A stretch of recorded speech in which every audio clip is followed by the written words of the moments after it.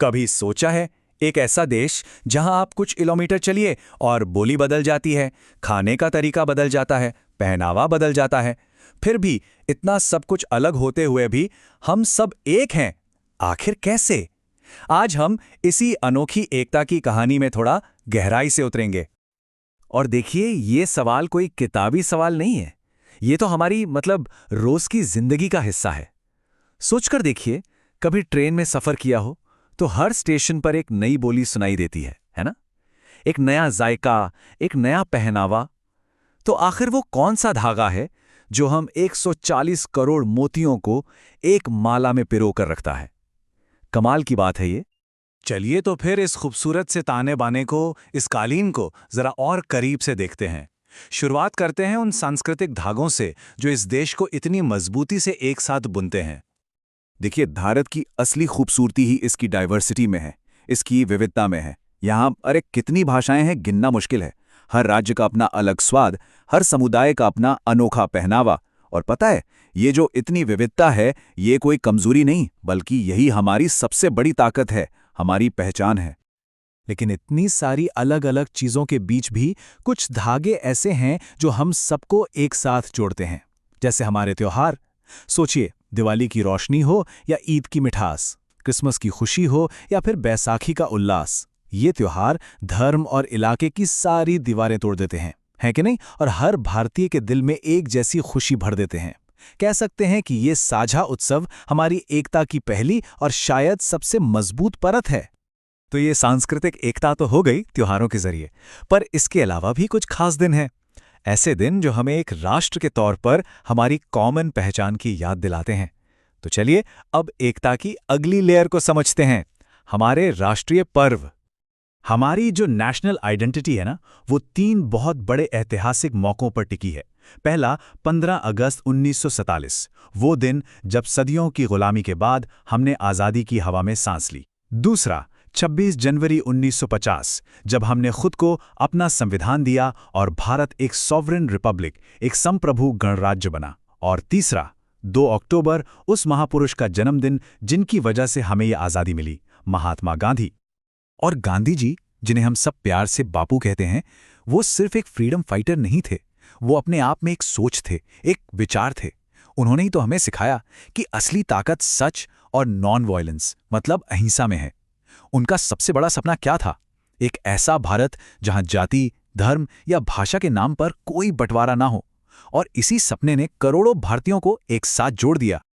अच्छा, ये एकता की भावना तो ठीक है, पर इसे हम देखते कैसे हैं, महसूस कैसे करते हैं? तो हर देश की तरह भारत के पास भी अपने कुछ सिंबल्स हैं, कुछ प्रतीक हैं जो इस कॉमन पहचान को एक शक्ल देते हैं, एक ठोस रूप देते हैं। चलिए इन प्रतीकों की भाषा को ही समझते हैं। हमारा तिरंगा ये सिर्फ एक झंडा नहीं है, ये तो हमारे सपनों और बलिदानों की कहानी है। इसमें जो केसरिया रंग है वो हमें उन बहादुरों की याद दिलाता है जिन्होंने देश के लिए अपना सब कुछ कुर्बान कर दिया। सफेद रंग ये शांति और सच्चाई का पैगाम देता है जो हमारे देश की आत्मा है। हरा रंग हमारी जमीन की हरियाली और खुशहाली को दिखाता है। और हाँ, बीच में जो अशोक चक्र है वो हमें हमेशा याद दिलाता है कि बस चलते रहो, आगे बढ़ते रहो, प्रगति का पहिया कभी रुकना नहीं चाहिए। हमारी एकता की आवाज वो 2 गीतों में गूंजती है। एक है जनगण मन, हमारा राष्ट्रगान। इसे लिखा था गुरुदेव रविंद्रनाथ टैगोर ने, और जब इसके 52 सेकंड के स्वर बजते हैं ना, तो सच में हर भारतीय का सिर गर्व से ऊंचा हो जाता है। और दूसरा है वंदे मातरम, हमारा राष्ट्रगीत, जिसे बंकिम चंद्र चटर्जी ने लिखा। ये गीत हमारी मातृभूमि के लिए प्यार और सम्मान की भावना जगाता है।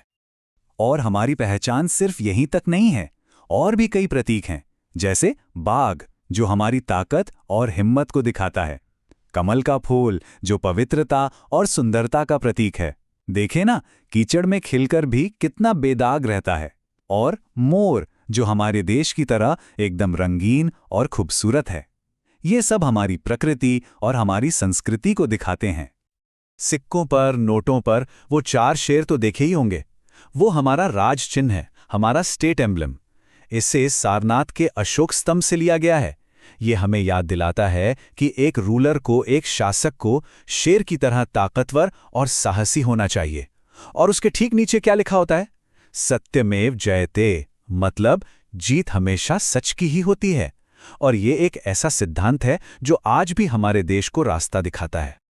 तो हमने अभी तक बात की सांस्कृतिक और सिंबॉलिक धागों की जो हमें जोड़ते हैं, पर सवाल यह है कि इस एकता की रक्षा कौन करता है? तो चलिए अब बात करते हैं एकता के सबसे ठोस, सबसे मजबूत पिलर की, हमारी सेनाओं की, जो दिन रात देश की सरहदों और इसकी अखंडता की रक्षा करती हैं। जरा इस नंबर की विशालता को सोचिए। भारत की जो जमीनी सीमा है वो करीब करीब 15,500 किलोमीटर लंबी है। अंदाजा लगाइए, ये दिल्ली से लंदन की दूरी के 2 गुने से भी ज्यादा है। अब इतनी लंबी सरहद की हिफाजत करना कोई बच्चों का खेल तो है नहीं। और ये तो सिर्फ जमीन की बात हुई। हमारी जो समुद्री सीमा है, कोस्ट लाइन, वो भी करीब 7,500 किलोमीटर लंबी है।